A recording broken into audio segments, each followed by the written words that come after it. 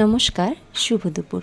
আপনারা সবাই কেমন আছেন? আশা করি আপনারা সকলেই ভালো আছেন, আর আমিও ভালো আছি। আমি আজ আপনাদের সাথে কিছু গুরুত্বপূর্ণ বিষয় আলোচনা করব।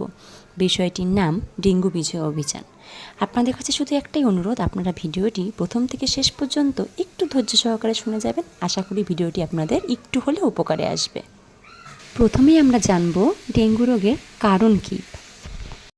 ডেঙ্গু রোগের প্রধান কারণ হলো এডিস মশা দ্বারা ছড়ানো ডেঙ্গু ভাইরাস। এই মশাগুলি ডেঙ্গু ভাইরাসের সংক্রমিত ব্যক্তিদের কামড়ানোর মাধ্যমে ভাইরাসটি ছড়িয়ে দেয়। ডেঙ্গু জ্বরের প্রধান লক্ষণগুলির মধ্যে রয়েছে তীব্র জ্বর, হঠাৎ করে উচ্চমাত্রায় জ্বর আসা যা কয়েকদিন পর্যন্ত থাকা, মাথা ব্যথা বিশেষ করে চোখের পিছনে, মাংসপেশি ও অস্থি সন্ধিতে ব্যথা, বমি বমি ভাব বা বমি হওয়া এবং শরীরে লাল ফুসকুড়ি ওঠা, শ্বাস নিতে কষ্ট পাওয়া এবং হঠাৎ করে রক্তচাপ কমে যাওয়া।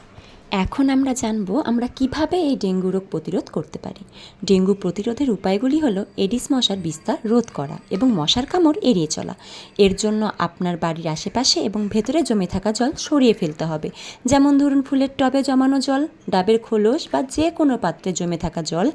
এছাড়াও মশার কামড় থেকে বাঁচতে লম্বা হাতাযুক্ত জামাকাপড় পরুন এবং অবশ্যই মশারির ব্যবহার করুন, আর তার সাথে মশা তাড়ানোর স্প্রেও ব্যবহার করুন। এবং জ্বর হলে অবশ্যই দ্রুত ডাক্তারের পরামর্শ নিন।